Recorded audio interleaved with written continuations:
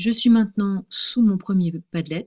Je veux modifier son apparence. Je vais aller dans les paramètres qui se trouvent ici en haut à droite sur la petite roue dentée. Je clique dessus et vous voyez que après avoir donné un titre, un sous-titre, je vais pouvoir changer l'apparence de mon Padlet facilement.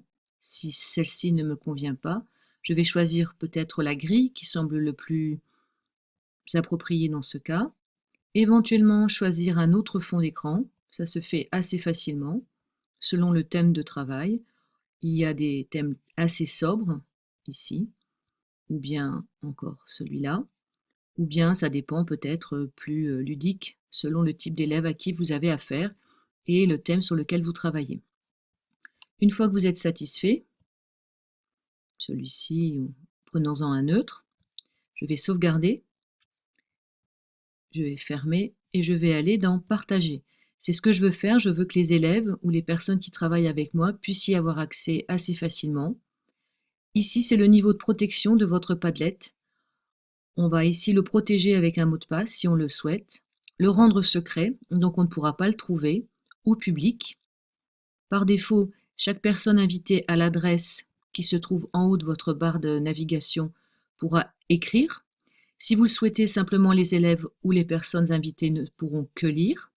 Ou bien en plus, si vous donnez des rôles dans vos îlots ou dans vos classes, certains élèves seront peut-être responsables de la modération, c'est-à-dire qu'ils pourront approuver ou non des posts mis par les élèves ou les camarades. Pour ajouter des personnes, c'est simple, il suffit de mettre leur adresse email et ils recevront une invitation pour éditer, éventuellement le modifier, ce Padlet. Si vous voulez que les posts n'apparaissent pas de façon publique et que vous puissiez les lire avant de les accepter, vous cochez ce petit bouton et vous n'oubliez pas de sauvegarder. Ça veut dire que si moi j'ajoute maintenant un post-it ici, en double-cliquant, voilà, celui-ci ne sera pas visible par les autres, il ne sera visible que par moi. Ce qui peut être intéressant si on veut donner des informations aux élèves qu'après le cours, par exemple, avec une forme de découverte, pourquoi pas. Donc au niveau du partage, on l'a vu jusqu'au bout. Et maintenant pour l'exporter, c'est-à-dire si vous voulez le mettre dans un ENT par exemple, vous allez pouvoir copier le lien. Là c'est déjà fait. Donc j'ai copié le lien, donc je peux maintenant, si je le souhaite, le coller dans un ENT. Vous voyez que l'URL n'a pas été intégrée, c'est-à-dire qu'on ne voit pas le Padlet en intégralité. Si vous voulez le voir, il faut cliquer dans Source, qui affiche le code de la page.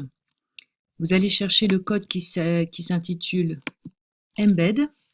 Vous allez le copier, sans rien modifier, ni de la largeur, ni de la hauteur. Et vous allez le coller, tout simplement, à la suite du code ici. Et pour que ça fonctionne, valider ou retourner sur Source pour voir si maintenant le Padlet apparaît, ce qui est le cas. Il suffira ensuite de valider. Et à ce moment-là, dans votre article de blog, apparaîtra votre Padlet.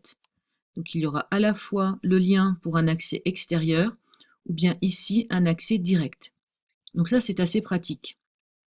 Donc ici, on peut aussi l'envoyer par mail, le partager si le contenu le peut sur les réseaux sociaux et pour les exporter comme image, comme PDF ou bien encore comme des fichiers Excel ou bien encore impression. C'est pas le plus judicieux, l'impression, et puis même l'exportation, si c'est simplement pour illustrer, c'est vrai que ça peut être utile dans un blog, dans une classe. La suite du Padlet, alors, si on revient donc maintenant sur les partages, donc je pense que nous avons tout vu.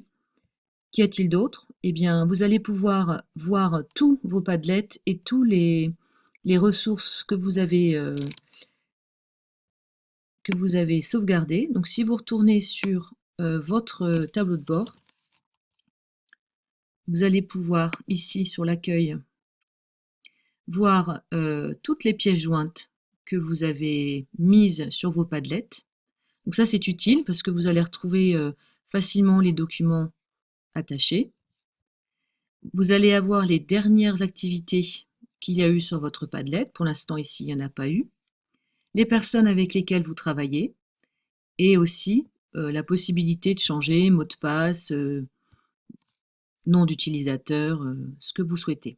Donc c'est vraiment un outil extrêmement facile d'utilisation qui permet un stockage gratuit pour la version la plus basique, mais qui est largement suffisante pour une utilisation tout au long de l'année. Voilà.